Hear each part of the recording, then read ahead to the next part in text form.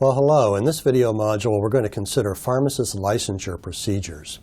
And as I mentioned to you when we talked about state regulations in our last video module, our boards of pharmacy will have some governance over how we license pharmacists in that state. So I showed you this slide and we talked about the other things that the boards do as well, but right now I want to focus in on that box about how pharmacists get licensed. And we're going to talk about two examinations that happen in most states. The first of which is called the NAPLEX, the North American Pharmacist Licensure Examination. And then the second is the Multi-State Pharmacy Jurisprudence Exam, or MPJE. I'm going to describe these to you in a little more detail when we get to our pharmacy fundamentals at the end of this module. Let's give you some kind of basic understanding of them, though. So these are state-specific eligibility requirements to take them. So the state will determine, what you must do to be eligible to take these examinations, and this would include things like you must graduate from an accredited program and earn your PharmD degree. You must have a certain amount of practical experience, and that's dictated state by state to be eligible to take the test. Sometimes much of that, or sometimes even all of that experience is consumed in the curriculum that the students follow, and sometimes it is not.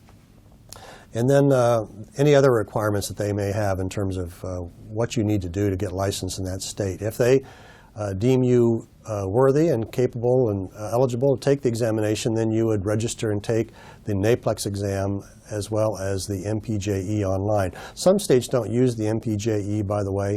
Most do, but some have their own jurisprudence or law piece that they write and administer state by state.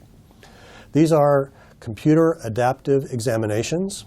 That means that when they're all multiple choice questions, the NAPLEX constitutes 185 questions, the MPJE constitutes 90 questions, and these are all multiple choice.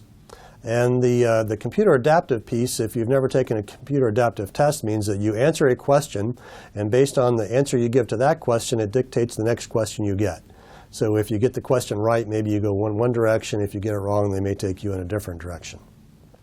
And of course, there are fees to take them. As you can see, the fees here for NAPLEX right now is $485. For the law exams, $200. I want to spend a few minutes outlining the competencies for these exams. So these are the blueprints that they use when they're writing the exam. So it's important, I think, as a potential pharmacy student perhaps, or as a current pharmacy student, someone who wants to become a pharmacist, you should understand what they're going to be testing you about, which hopefully reflects, what is necessary to be a good practitioner, which should help you understand how you need to prepare yourself to get to that point. And there are three major competency areas for the North American Pharmacist Licensure Examination. The first, the biggest chunk, 56%, is to be able to assess pharmacotherapy to assure safe and effective therapeutic outcomes. So it sounds like a lot about things like MTM that we've been talking about patient outcomes, patient-centered care. So a big chunk here, assessing pharmacotherapy to assure safe and effective therapeutic outcomes. About a third of the exam, 33%, is to be able to assess safe and accurate preparation and dispensing of medications. For sure, we still have to be able to dispense medications properly. We've got to get the right drugs to the right patient at the right time, still an important part of practice. But if we look at the relative weight of these components, much more focused now on therapeutic outcomes. That's something to think about. And then finally, 11% of the exam will cover questions based on assessing, recommending, and providing health care information that promotes public health. In the Multi-State Pharmacy Jurisprudence Examination, these are the major competency areas. 84%, the vast majority of the test, is simply about pharmacy practice law. So we talked about the Pharmacy Practice Acts before, and we're going to be talking more about federal regulations and the like this week. So your understanding of these laws that pertain to pharmacy practice. 13% of the exam is based on licensure, registration, certification, and operational requirements. And then a small percentage, 3%, on regulatory structures and terms. These exams, the MPJE exams, differ from state to state because they include a coverage of some federal law, but also the state-specific law that you are applying to be licensed in. And finally, I want to think about the Foreign Pharmacy Graduate Equivalency Exam because, I know there are people watching this video who are in other countries and maybe hoping to practice pharmacy in the United States at some point. And I'm sure you are probably already aware that there is a thing called the Foreign Pharmacy Graduate Equivalency Exam. To be eligible to take this exam, if you graduated before 2003, you must have completed at least a 4-year accredited pharmacy curriculum, and effective as of 2003, you must have completed a 5-year accredited pharmacy curriculum.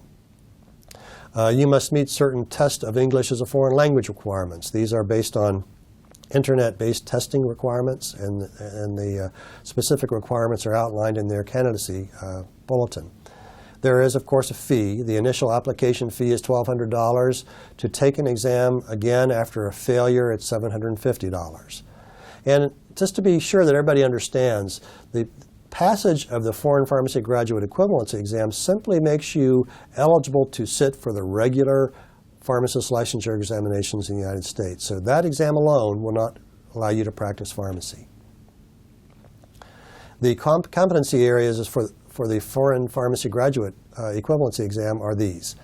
16% is on basic biomedical sciences, 30% is on the pharmaceutical sciences, 22% is on social, behavioral, and administrative sciences, and the remainder, 32%, on clinical sciences.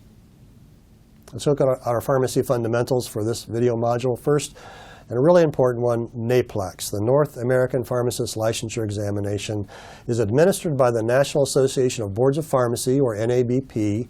It measures a candidate's knowledge of the practice of pharmacy. It is just one component of the licensure process and is used by the boards of pharmacy as part of their assessment of a candidate's competency to practice as a pharmacist.